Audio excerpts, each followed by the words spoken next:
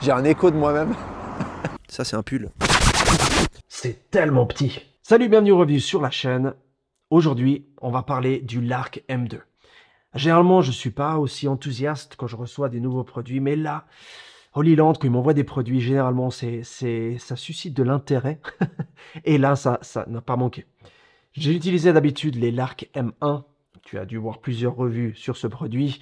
C'est ce que j'utilisais pour toutes mes vidéos, que ce soit des interviews, que ce soit des podcasts, que ce soit des enregistrements pour ma chaîne YouTube ou autre. J'utilisais que ça. Maintenant que j'ai reçu ces petits M2, ça fait un moment que j'essaie de les obtenir et finalement ils sont arrivés. Et je veux dire, la taille de ces petits transmetteurs, c'est tellement petit. Et peut-être qu'on se dit, ouais, mais ils ont sacrifié un petit peu la qualité pour la taille. Et en vérité, ils n'ont rien sacrifié du tout. C'est tout aussi bon, si ce n'est meilleur. Le tout premier truc qui m'a vraiment impressionné et bluffé, c'est les différentes façons que tu peux utiliser pour brancher ou pour connecter, on va dire, ces transmetteurs sur ton corps, sur tes habits, sur où tu veux. Le premier moyen, le plus simple à mon avis, c'est l'aimant. Donc ils te fournissent 4 petits aimants comme ça. Et ce que tu fais, c'est tout simplement, tu les mets à l'arrière de ton t-shirt, tu les clips et c'est bon. Voilà, je suis prêt à enregistrer. Et comme tu peux voir, même si je bouge, ça fait rien du tout. Ça reste sur mon t-shirt, il n'y a pas de mouvement. Et la raison, c'est parce qu'il pèse 9 grammes. C'est tellement léger qu'en fait, il n'y a pas de mouvement. Voilà. Donc ça, c'est l'une des façons. Une autre façon que tu peux utiliser, si tu ne veux pas utiliser les aimants de cette façon-là, c'est les petits clips où ça dit Holyland, c'est tout petit. Voilà. Et ça, de nouveau, tu mets avec l'aimant. Tu peux le tourner comme bon te semble. Et tout ce que tu as à faire, c'est le mettre, par exemple, sur une chemise. Tu peux le mettre comme ça. Voilà. Alors moi, je ne le mettrai pas sur un t-shirt parce que tu vas voir que ça bouge. Mais si tu as une chemise, effectivement, tu veux le mettre sur le côté comme ça, ou sur la petite poche devant ici, ou peu importe, sur une bretelle, ou j'en sais rien, tu peux utiliser le clip qui marche très très bien. Et la troisième façon, qui est pas anodine, c'est le petit collier. Alors, ce que tu fais, c'est que tu branches ton micro sur le collier, comme ça, et tu le mets autour du cou. Tout simple, tout bête. Voilà, tu le mets dans la bonne direction, c'est mieux. Et tu peux commencer à enregistrer. Donc tu peux te balader, ça a un bon look, ça prend pas de place, c'est très léger, tu le sens même pas. Mais si par exemple tu as des habits qui sont, je sais pas, dans un tissu très très fin, ou tu sais, par exemple les femmes généralement elles ont des fois des tops qui ont un tissu très fin. Et donc si tu mets un truc magnétique, même s'il pèse que 9 grammes, il va pencher en avant et tu vas risquer de le voir et de pas enregistrer correctement. Si tu mets ça ici, eh ben, il n'y a plus de souci. Tu reçois un set d'autocollants, alors il ressemble à ça, hein, voilà. Donc c'est des petits autocollants, on va dire marrons, des petits emojis. Personnellement, celui qui m'a plu le plus, c'est le tout dernier ici, qui est ces autocollants blancs et noirs. Alors, la différence, donc ça c'est quand il n'y a pas d'autocollant dessus, et quand tu mets l'autocollant, ça ressemble à ça. Voilà. Donc si tu te balades avec des habits noirs, comme j'ai par exemple aujourd'hui, quand tu mets les deux, tu vois tout de suite ici, j'ai rien contre la marque, mais tu la vois, elle est grande, elle est blanche, et puis tu ne peux pas la rater. Alors que si tu mets un autocollant noir, ou dans le cas où tu mets un habit blanc ou clair, tu mets un autocollant blanc, et ben tu verras pas autant le micro, et ça sera encore plus discret. Il y a les autres autocollants si tu veux faire quelque chose d'un peu plus fun, mais c'est quelque chose, de nouveau, un petit détail auquel ils ont pensé, et moi je trouve ça important parce que dans le passé, les M1, qui sont des micros vraiment chouettes, tu peux pas rater ce qui est écrit dessus en fait. Et des fois, dans un interview, j'ai pas forcément envie d'avoir la marque Holyland qui est visible. Donc dans ce cas, ça sera beaucoup plus discret et beaucoup plus pratique. J'ai quand même fait quelques tests en sautant, comme ça, à l'extérieur, pour que tu vois la qualité de l'audio, dans le cas extrême où tu devais sauter ou bouger. Ça donne ça. Ok, 11 les gels, c'est génial. Donc j'ai enlevé ma veste, comme ça je peux faire le test sans fermeture éclair, bizarre, qui font du bruit partout. Je vais la tenir, je vais tenir mes clés et on va sauter. Voilà, donc si je saute, c'est très cool. Si tu fais une interview d'un joueur de foot comme ça, que tu vas sauter un petit peu et qui va... Voilà, donc ça donne ça. En fait, ce que je vais faire, c'est que je vais mettre ça sur mon t-shirt, en live. Voilà. Voilà, ça caille. Ok, voilà, donc, admettons que je veux parler du match d'hier et que je suis en train de sauter avec le micro qui se balade comme ça. On va voir après, dans l'enregistrement final, si tu entends quelque chose de bizarre ou pas. Mais voilà, donc c'est pas quelque chose qui prend beaucoup de place, ça n'a pas beaucoup de poids. Et je le sens même pas, comme mes mains, je le sens pas.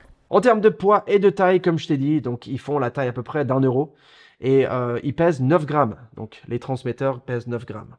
Le receveur pour iPhone ou pour n'importe quel autre appareil que tu utilises par USB-C ne pèse que 6 grammes, donc il est encore plus léger que les transmetteurs. Et le receveur pour une caméra pèse 15 grammes. Donc c'est de nouveau très léger. Il te donne encore une fois, je ne me rappelle pas le nom, j'appelle ça un chat-mort de l'anglais, mais cette petite mousse va empêcher le vent de rentrer dans les transmetteurs, qui sont, d'ailleurs, tu peux voir la taille, la différence.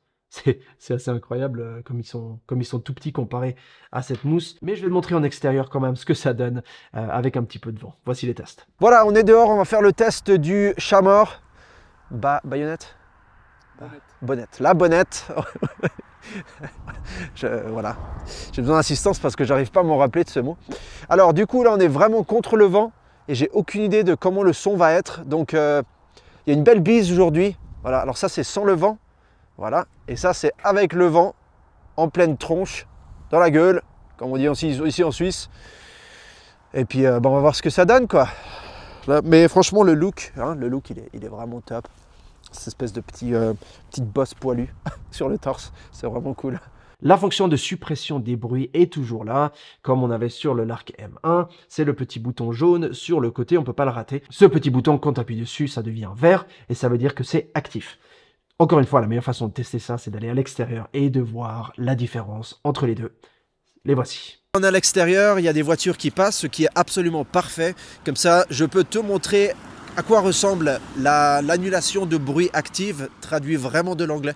Donc, je vais m'approcher de cette fontaine. Voilà.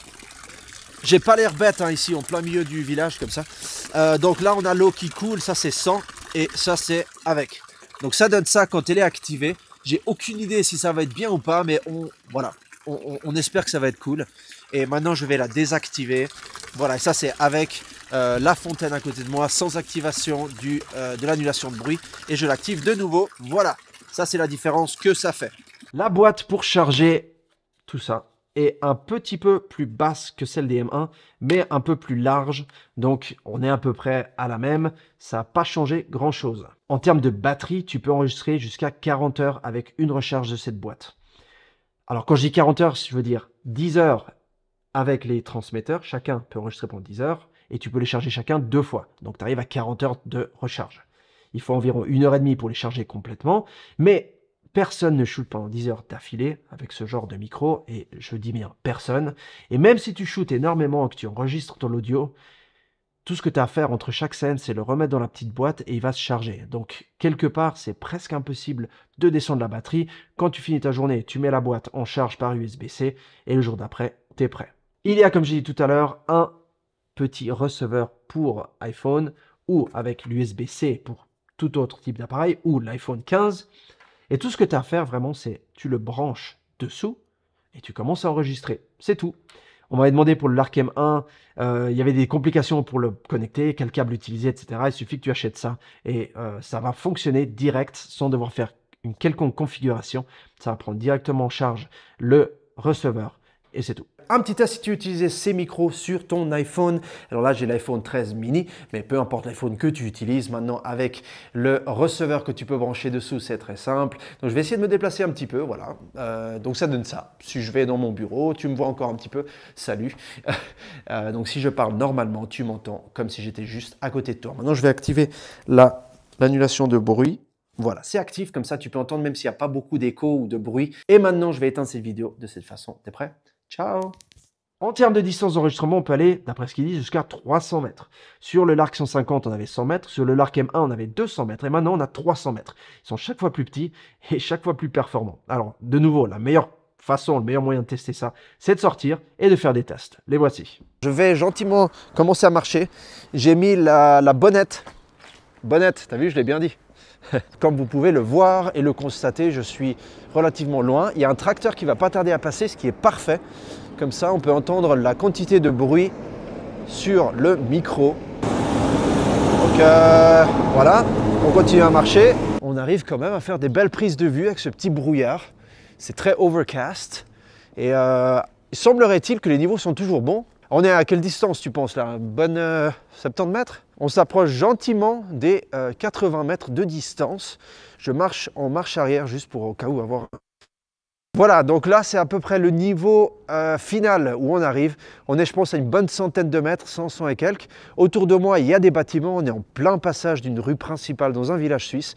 Et voilà, donc ça c'est à peu près comme la distance qu'on était avant, peut-être un petit peu plus. Donc on arrive environ à 100 mètres. Pour éviter que la poussière ou qu'il y ait des frottements sur ces petits transmetteurs, ils ont mis une grille spéciale. Cette petite grille va réduire les bruits, les nuisances sonores dû au fait que tu frottes par exemple sur la gorge ou que tu frottes sur un t-shirt. Alors le fait que ce soit magnétique, ça te permet de le placer vraiment là, exactement là où tu veux. Mais par exemple, des fois tu fais une interview avec une femme ou une fille qui a des cheveux longs et elles sont pas toujours en haut. Donc quand elle a les cheveux comme ça, des fois en bougeant, ça risque de frotter ou de toucher un petit peu, ça fait ces petits grésillements. En fait là, cette grille, elle permet d'éviter ça. Donc tu peux soit mettre ça pour vraiment éviter qu'il y ait quoi que ce soit qui touche, et si tu veux pas faire ça, bah, tu le places à un endroit où il y a moins de chances que ça touche, et même si ça touche, grâce à cette grille, il ne va rien se passer. Ça c'est un pull. Veste en cuir, les pantalons, les chaussures. Ok, c'est bon. Quand je dis qu'ils sont allés dans les détails, ils sont vraiment allés jusqu'au bout. Le petit bouton jaune pour activer la suppression des bruits, quand tu double tapes et qu'il est connecté à ton iPhone ou à ton téléphone ou à ta tablette ou j'en sais rien, ça va commencer l'enregistrement vidéo et quand tu tapes 2 fois de nouveau, ça va l'arrêter. Ça va aussi marcher pour les photos. Donc si tu veux faire une selfie et que tu as ça sur toi, tu peux faire comme ça, tac, double tape, ça fait la photo et tu peux commencer ta vidéo sans devoir te préoccuper de commencer, courir, faire ta vidéo, revenir, appuyer, voilà. Donc c'est de nouveau un petit détail pour ceux qui font beaucoup de vlogging avec leur téléphone, ça peut être chouette. Il y a une petite roue pour régler le volume. Alors ça, encore une fois, c'est un petit détail, mais quand j'utilisais mes Lark M1, je savais jamais si mon volume était réglé correctement. Enfin, oui, je pouvais voir les niveaux de décibels sur la caméra avec laquelle je shoot, mais je pouvais pas changer ça. Il y avait 3 modes, bas, moyen et haut, et s'il y avait un quelconque changement, parce que j'ai appuyé sur un bouton par erreur, je savais jamais sur quel mode j'étais, et je devais chaque fois reprendre le manuel, regarder d'après les lumières, chaque lumière me disait... Bref, c'était super compliqué, alors que là, tout ce que tu as à faire, c'est tourner un petit peu, et ça te dit plus ou moins, et tu choisis le volume que tu veux. Pour finir, il te donne un petit câble USB-C à USB-A. Si tu branches ça sur ton ordinateur portable ou fixe, avec le receveur, ça va immédiatement prendre l'audio du receveur, et tu peux enregistrer avec ton petit transmetteur. Donc, ton Mac prendra la source audio de ce transmetteur pour enregistrer. J'ai un Mac mini ici au bureau, c'est très pratique parce que souvent je dois enregistrer ou je dois faire des appels vidéo ou des appels audio et je sais jamais vraiment qu'est-ce que je veux utiliser ou je dois commencer à brancher plein de trucs alors que là c'est super intuitif, tu le branches et c'est prêt. Voilà, j'espère avoir répondu à toutes les questions que tu avais. Si tu en as d'autres, écris-les dans la section des commentaires ci-dessous, je répondrai dès que possible, évidemment, et comme d'hab. Mais si tu veux changer du Lark M1 au Lark M2, que tu te poses la question, est-ce que c'est un bon changement ou une évolution suffisante? Moi, je dis oui, change si tu as les moyens, ça va te rendre les choses encore plus simples, c'est encore plus compact, encore plus simple d'utilisation, et ça marche vraiment très très bien. Et évidemment, si tu n'as pas de micro sans fil, je pense que ça, c'est les micros pour toi. Je te retrouve dans la prochaine vidéo, prends soin et à tout bientôt. Ciao.